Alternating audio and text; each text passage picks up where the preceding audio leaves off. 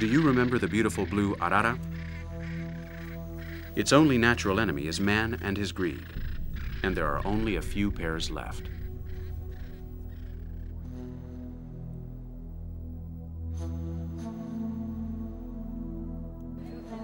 This respectable couple on holiday thought that its blue plumage would go well with the decor of their living room in Europe. Thanks to the work of Rentas, Interpol has caught them at the São Paulo airport.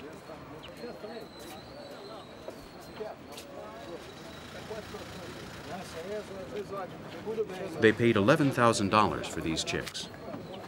You can well imagine that the fine will not keep them awake at night. But the araras won't sleep, not like they should. They will have to live the rest of their lives in the São Paulo Zoo. They will never be free birds again.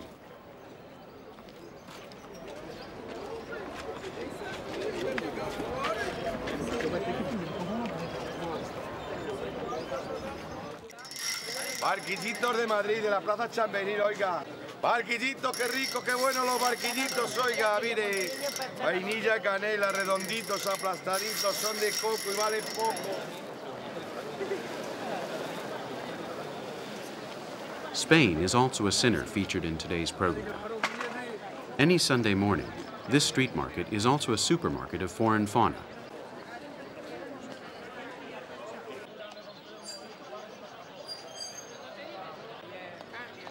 Without knowing it, Rafael and his children have come here to buy some relatives of the great blue arara, the pet they have dreamed of.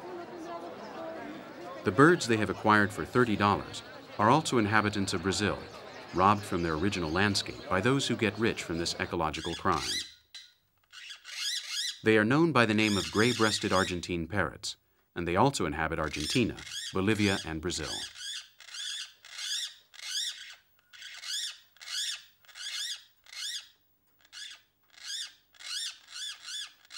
Next to the television set, far from their native marshlands, and stressed out by the cage they're trapped in, they chatter endlessly, like parrots, which in the end is what they are.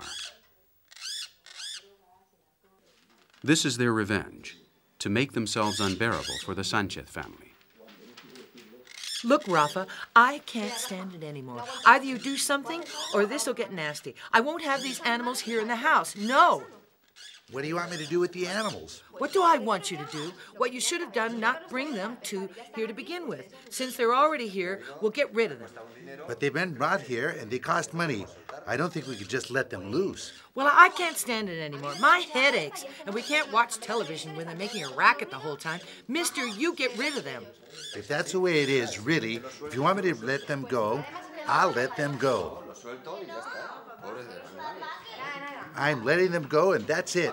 Good God, such a fuss over birds. That's it.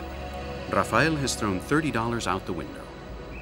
It tends to happen when animals are bought as if they were furniture or knickknacks. The gray-breasted parrots breathe deep again. But now their lungs receive the carbon dioxide of a polluted city and not the pure air of their native marshlands.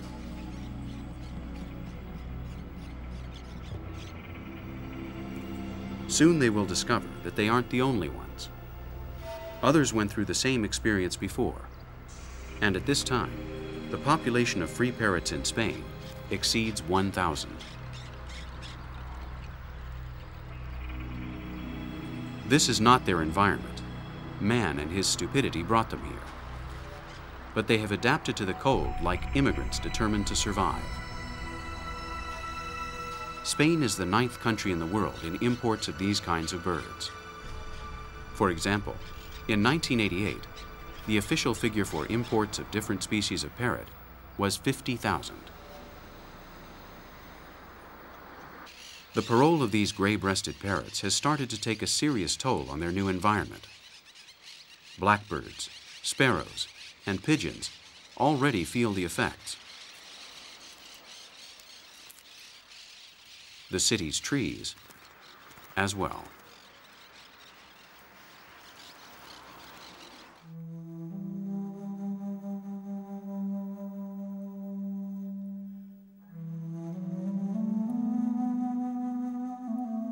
In this hangar at Barajas Airport in Madrid, death accumulates.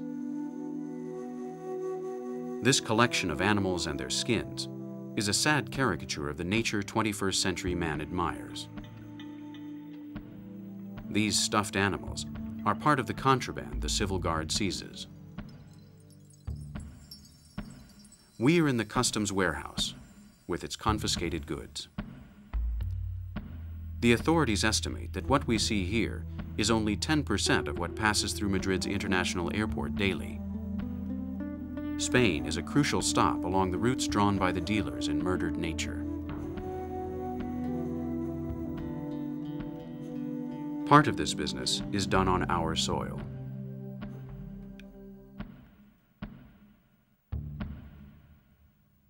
Spain, because of its geographic location, is very strategic, not only for the animal species, but also for drugs, and I don't know what other kinds of contraband. But it is a very strategically located country because everything that comes from South America, or almost everything, passes through here. Also, almost everything that comes from Africa. It is a very good bridge to Europe. Then Spain, along with Argentina, Indonesia, and Thailand, I think, are the 4 countries with the greatest traffic in protected species on a worldwide level.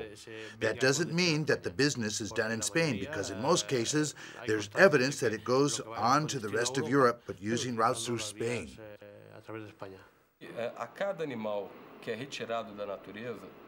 For every 10 animals captured in nature, 9 die in transport.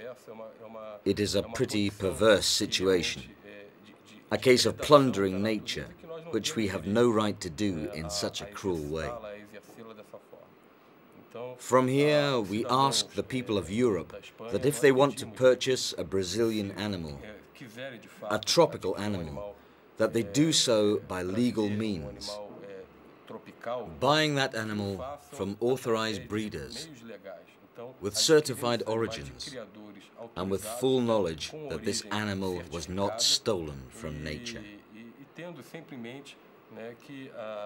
When these animals are removed from the forest, something breaks. They fulfill a role in the ecosystem.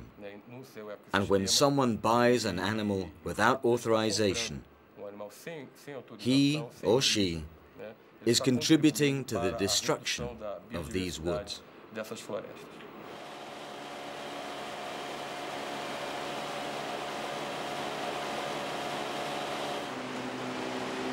Let's get some fresh air again. Go to a virgin river to feel good. Here, in the middle of Mato Grosso, in the legendary marshlands.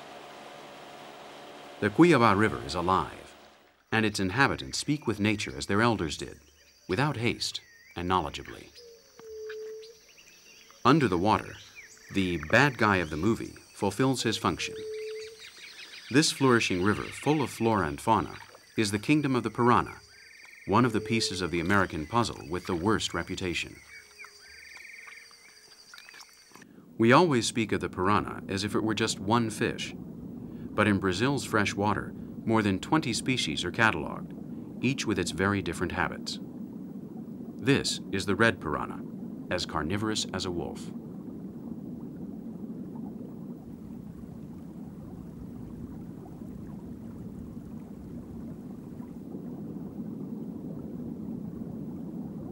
For centuries, it has been caught to make broth, and the aphrodisiacal properties of its meat are highly valued among the inhabitants of the marshlands.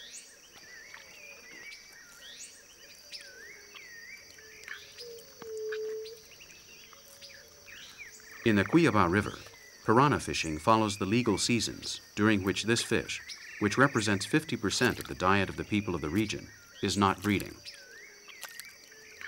It's simple common sense, so that they do not become extinct.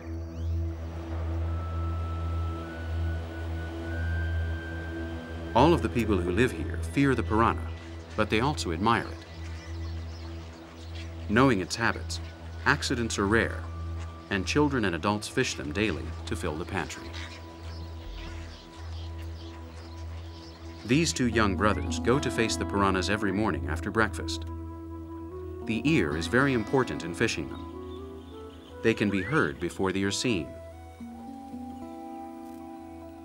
Their hunting instinct must be stimulated with strong blows on the river.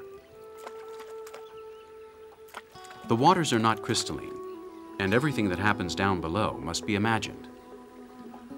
Trust in the bait and don't move. This fish, in addition to being strong, is very intelligent.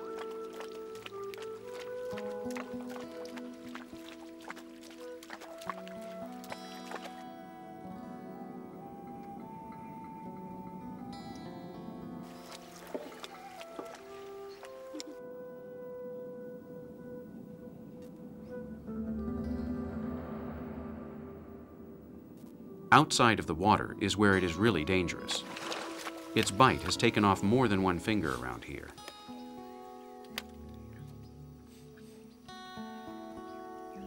A single strong blow blocks its nervous system, and these kids know how to do it very well.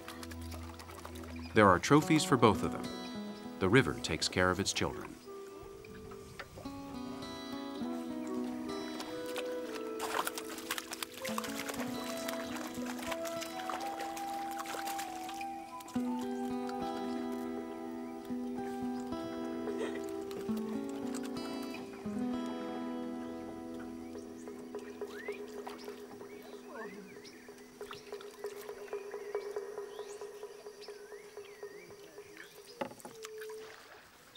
If the piranhas were so dangerous, their parents wouldn't let them fish alone.